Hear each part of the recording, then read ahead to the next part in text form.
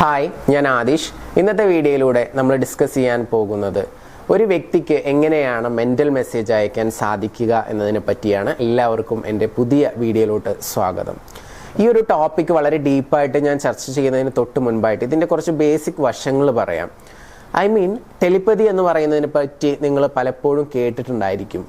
വളരെ സിമ്പിളായിട്ട് പറയുകയാണെങ്കിൽ നമ്മുടെ ലൈഫിലൊക്കെ ഇത് നടക്കുന്നുണ്ട് എന്ന് മനസ്സിലാക്കാൻ ചിലപ്പോൾ നിങ്ങൾ ആരെങ്കിലുമൊക്കെ വിളിക്കാൻ ആഗ്രഹിക്കുമ്പോഴേക്കും, ഉദാഹരണം പറയുകയാണെങ്കിൽ നിങ്ങൾ അമ്മയെ ഒന്ന് വിളിക്കണമെന്ന് ആഗ്രഹിക്കുന്ന സമയത്ത് ചിലപ്പോൾ അമ്മ പെട്ടെന്ന് ഇങ്ങോട്ട് വിളിച്ചിട്ടുണ്ടായിരിക്കും. നിങ്ങൾ ഫോൺ എടുക്കാൻ പോകുന്നതിന് മുമ്പ് കോൾ റിങ് ചെയ്യുന്നുണ്ടാവും. അപ്പോൾ നോക്കുമ്പോൾ അമ്മയായിരിക്കും. അപ്പോൾ നമ്മൾ ഫോൺ എടുത്താൽ ചിലപ്പോൾ പറയും, ഞാനിപ്പോൾ അങ്ങോട്ട് വിളിക്കാൻ നിൽക്കുകയായിരുന്നു, ആലോചിച്ചപ്പോഴേക്കും അമ്മ ഇങ്ങോട്ട് വിളിച്ചു എന്ന് പറയും. അതുപോലെ തന്നെ ചില സന്ദർഭങ്ങളിൽ ഓപ്പോസിറ്റും സംഭവിക്കാറുണ്ട്, അല്ലേ?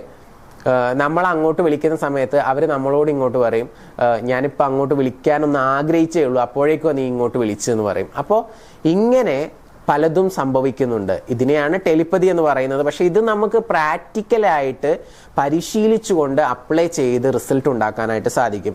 അപ്പോൾ നിങ്ങൾക്ക് ഇപ്പോൾ ആരടുത്തെങ്കിലും എന്തെങ്കിലുമൊക്കെ പറയാനുള്ള മടിയുണ്ട്, ചമ്മലുണ്ട്, നേരിട്ട് പറയാൻ പാടില്ല, അല്ലെങ്കിൽ അവരെയും കൊണ്ട് എന്തെങ്കിലുമൊക്കെ കാര്യങ്ങളൊക്കെ നേടിയെടുക്കാനൊക്കെ ഉണ്ടെന്നുണ്ടെങ്കിൽ ഇത്തരത്തിലുള്ള സൂത്രങ്ങളൊക്കെ നിങ്ങൾക്ക് ഉപയോഗിക്കാവുന്നതാണ്. അപ്പോൾ ഇതിൻ്റെ സ്റ്റെപ്പ് ബൈ സ്റ്റെപ്പ് ആയിട്ടുള്ള പ്രോസസ്സുകളാണ് ഇന്ന് പറയുന്നത്. അപ്പോൾ ഇത് പറയുന്നതിന് തൊട്ട് മുൻപായിട്ട് രണ്ട് കാറ്റഗറി ഉണ്ട് ഇതിൽ.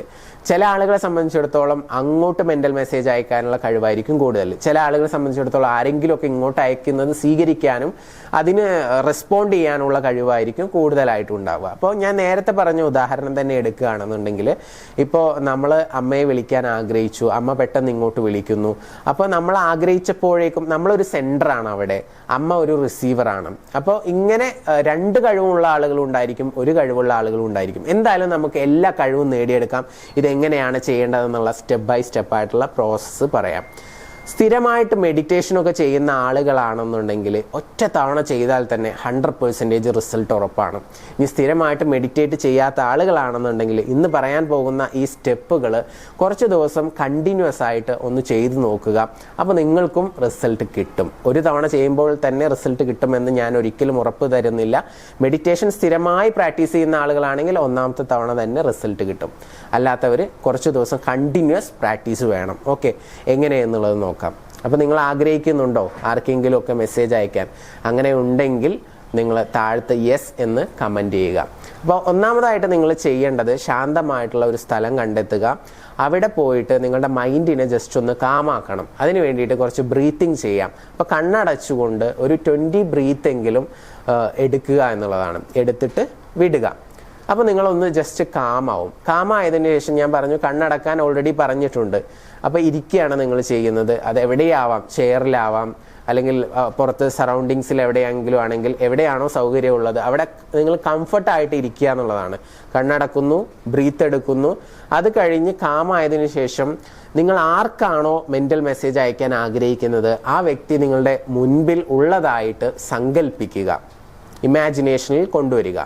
അങ്ങനെ സങ്കല്പിച്ചതിന് ശേഷം ആ വ്യക്തിയോട് നിങ്ങൾ എന്താണോ പറയാൻ ആഗ്രഹിക്കുന്നത് അത് ആ വ്യക്തിയുടെ മുഖത്ത് നോക്കിക്കൊണ്ട് നിങ്ങൾ പറയുക എന്നുള്ളതാണ്. ഇങ്ങനെ കണ്ണടച്ചുകൊണ്ട് സങ്കല്പത്തിൽ പറയുക. ഉദാഹരണമായിട്ട് പറയുകയാണെന്നുണ്ടെങ്കിൽ, എനിക്ക് നിന്നെ ഇഷ്ടമാണ് എന്നുള്ളതാണ് പറയുന്നതെങ്കിൽ അപ്പോൾ അത് പറയുക. ഐ ലവ് യു എന്നോ, അല്ലെങ്കിൽ മലയാളത്തിലാണെങ്കിൽ നിങ്ങൾക്ക് എന്തും പറയാം. ഓക്കെ, അപ്പോൾ അത് പറയുക, വളരെ സ്നേഹത്തോടു കൂടി പറയുക. അങ്ങനെ പറഞ്ഞതിന് ശേഷം എന്താണ് തിരിച്ചിങ്ങോട്ട് പറയുന്നത്? ഇപ്പോൾ തിരിച്ച് റെസ്പോൺസ് ഒന്നും കിട്ടുന്നില്ല എന്നുണ്ടെങ്കിൽ നിങ്ങൾ അങ്ങോട്ട് വീണ്ടും എന്തെങ്കിലുമൊക്കെ ചോദ്യം ചോദിക്കാം. നിനക്ക് എന്നെ ഇഷ്ടമാണോ എന്നുള്ള രീതിയിലുള്ള ഒരു ചോദ്യം ചോദിക്കുകയാണെന്ന് വിചാരിക്കാം. അപ്പോൾ അതിൻ്റെ റെസ്പോൺസ്, പോസിറ്റീവായിട്ടുള്ള ഒരു റെസ്പോൺസ് അവർ പറയുന്നതായിട്ട് നിങ്ങൾ നിങ്ങളുടെ മനസ്സിൽ എന്ത് ചെയ്യുക, സങ്കല്പിക്കുക.